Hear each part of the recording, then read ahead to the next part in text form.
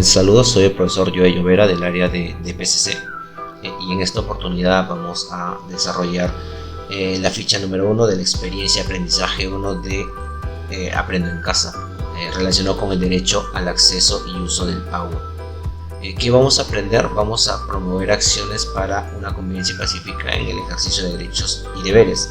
En otras palabras, vamos a reflexionar sobre qué son los derechos, qué son los deberes, ¿no? Y relacionarlos con este recurso del agua, ¿no? En cuanto a su acceso y a su uso responsable, ¿no? A través de textos argumentativos, ¿no? Para afianzar la comprensión criterial, ¿no? Ahora, la actividad que vamos a desarrollar en esta ficha es elegir dos derechos humanos de todos los que hay, ¿no? Vamos a presentar una gran cantidad de derechos humanos, vamos a elegir dos derechos humanos, explicar su importancia, ¿no?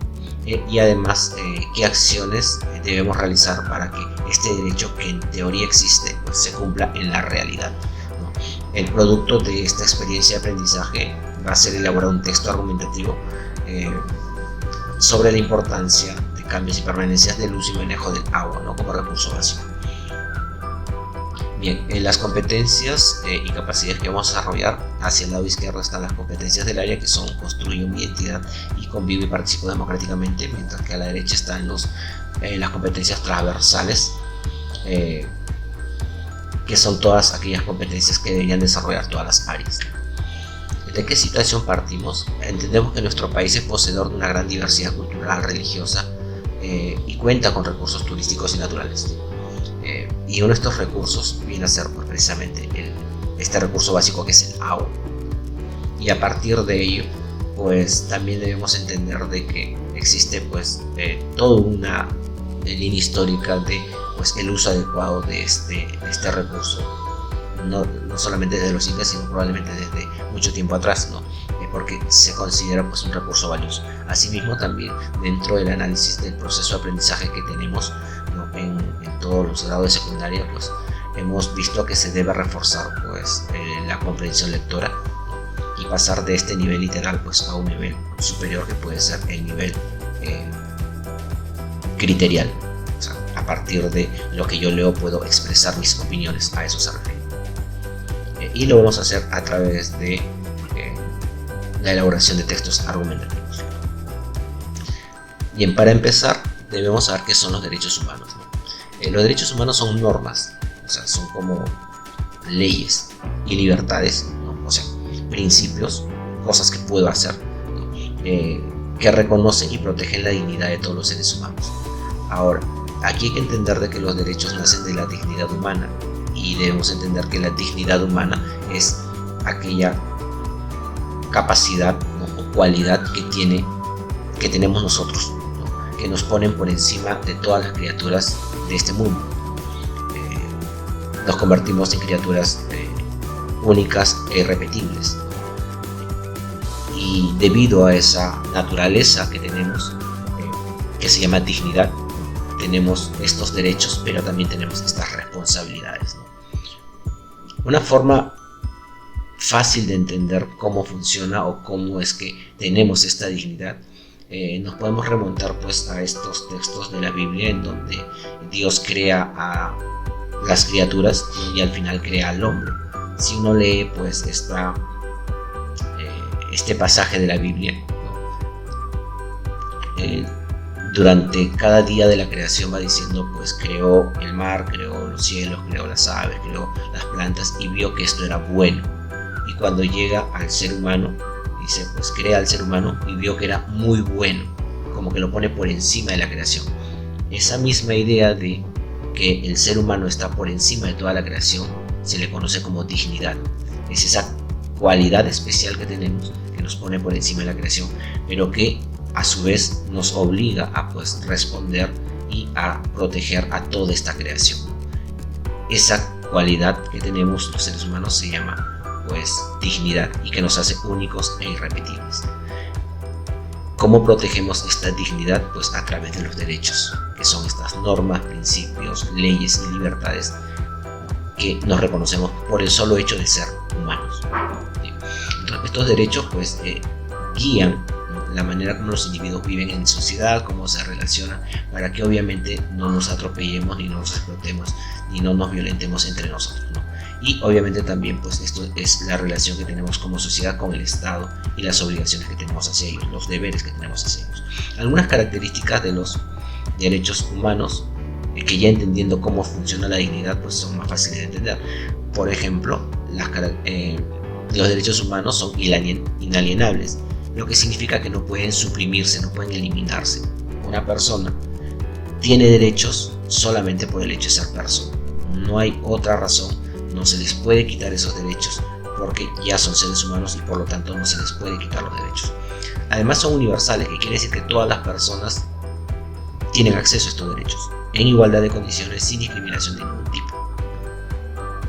Además son interdependientes, lo que significa que cada derecho está relacionado con otros derechos. Por ejemplo, el derecho a la vida implica pues el derecho a la libertad, el derecho a la salud, el derecho a la educación, a una vida digna, ¿no? Entonces, un derecho no se cumple o no se protege por sí mismo, sino que al reconocer ese derecho se reconocen otros derechos más.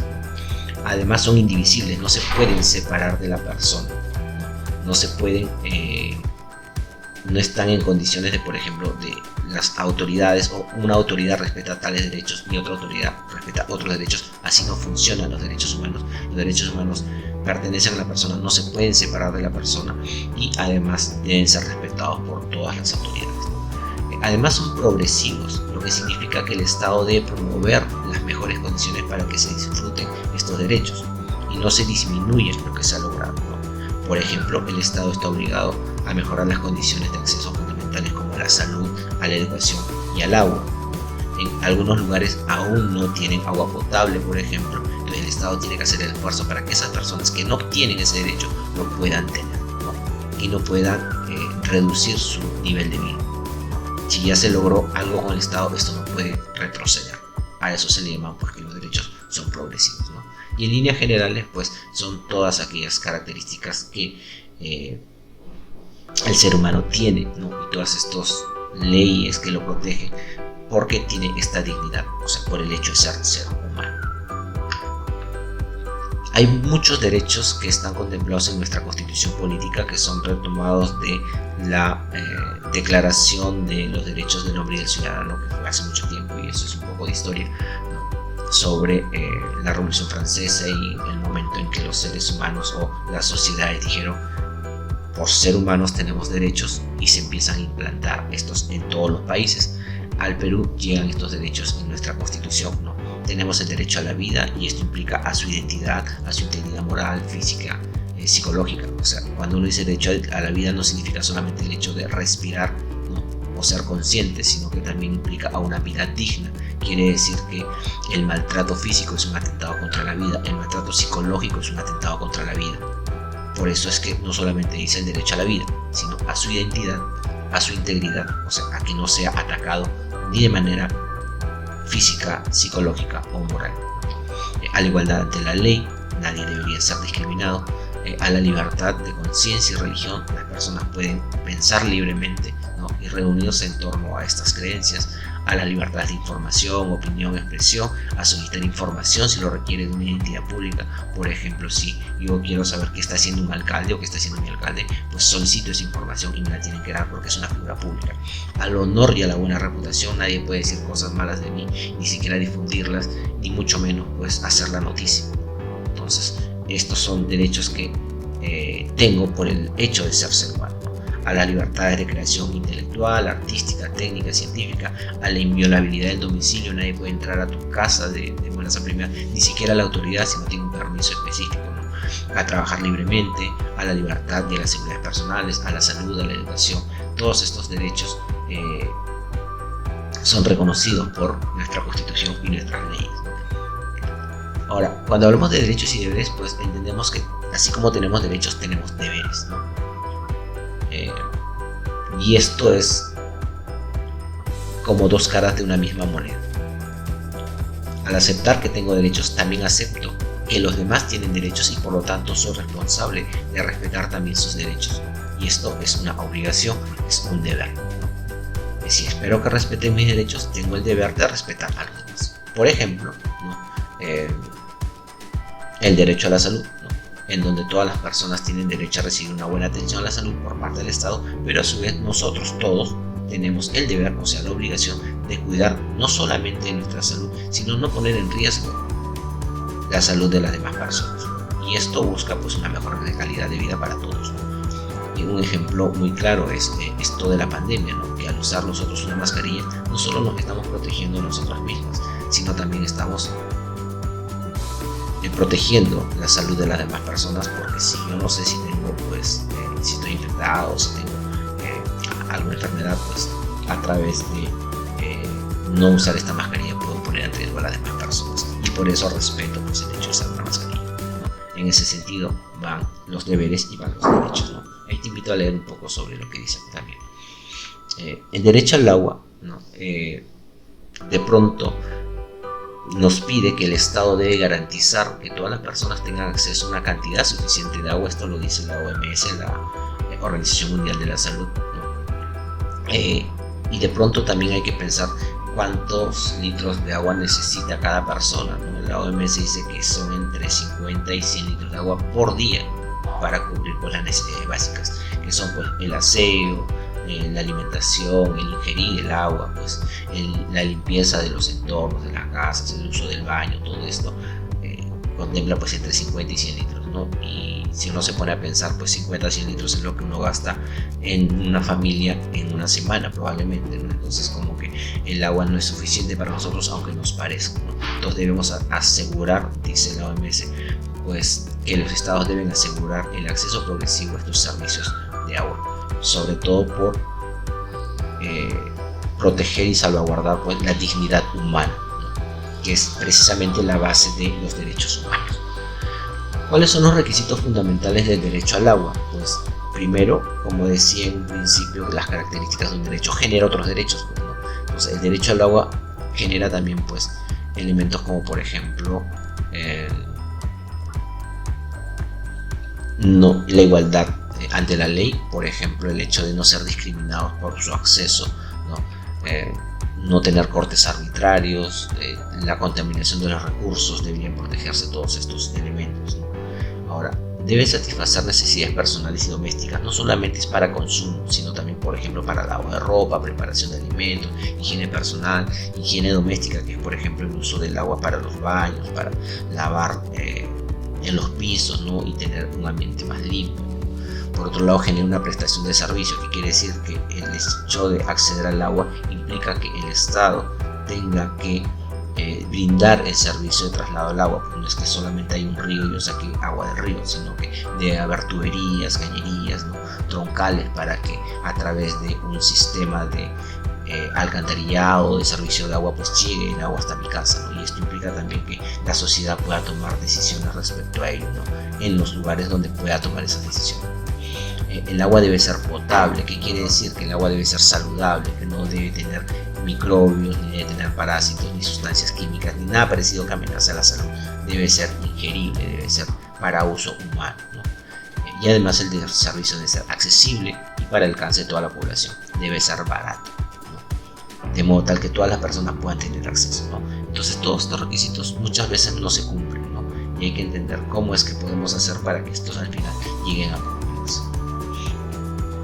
Terminamos con algunos links de interés. Acá les colocamos, por ejemplo, que son los derechos y deberes constitucionales, también los derechos fundamentales del niño, que es el derecho al agua, ¿no? Entonces hay una muy buena explicación sobre ello, el problema del acceso al agua. También tenemos cómo es que debemos cuidar el agua. Es un reportaje bastante interesante sobre cómo es que Lima tiene un problema de acceso al agua y nosotros quizás ni siquiera nos damos cuenta. Y por último, hay un video que habla sobre cómo argumentar, ¿no? Para poder responder de mejor manera, ¿no? O de manera adecuada pues, aquellas interrogantes o aquellas actividades que nos piden. En el ámbito de que debemos realizar un texto argumentativo, pues ahí hay una muy buena un buen video sobre cómo es que deberíamos argumentar para que nuestras opiniones no solamente sean creíbles, sino sean importantes. En cuanto a la actividad, consiste en elegir dos derechos humanos, explicar cada uno de ellos su importancia y las acciones que debemos realizar para que estos derechos que has elegido pues se cumplan, ¿no? Acá dejamos un cuadro que puede ayudarte. ¿Y cómo es que realizamos esta actividad? Pues primero elegimos dos derechos, de preferencia derechos que creas que son importantes y que puedan ayudar a la sociedad, pero en líneas generales pues puede ser aquellos derechos en los que tú tienes mayor conocimiento o tienes mayor interés o crees que son más importantes. Luego de eso, explicar por qué es importante cada uno de estos derechos que has elegido, ¿no? De repente, si es el derecho a la salud, ¿por qué es importante la salud? ¿O por qué es importante este derecho a la salud, ¿no? O derecho a la educación, y por qué es importante este derecho a la educación. El derecho a la identidad, por qué es importante tener esta identidad, como por ejemplo el nombre, los apellidos, ¿no? La nacionalidad, etc.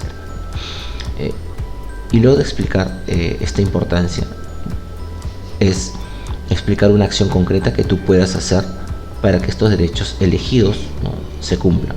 En otras palabras, ¿cuál sería el deber que corresponde a este derecho? ¿O cuál es tu deber respecto a este derecho, ¿no?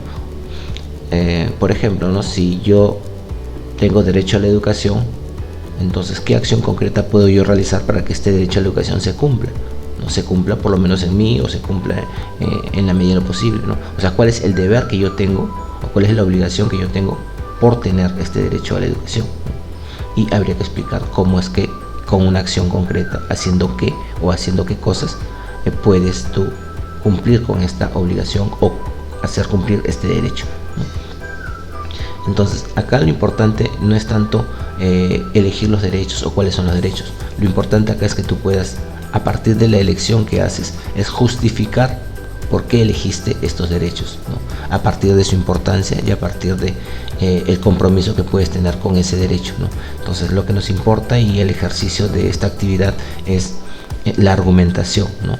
El hecho de poder justificar, ¿no?, con razones, ¿no?, con explicaciones, nuestras decisiones, que son estas elecciones que hemos hecho, ¿no? Elegir estos derechos, ¿no?, implica justificar por qué los elegí, o sea, por qué son importantes y a qué me comprometen, ¿no?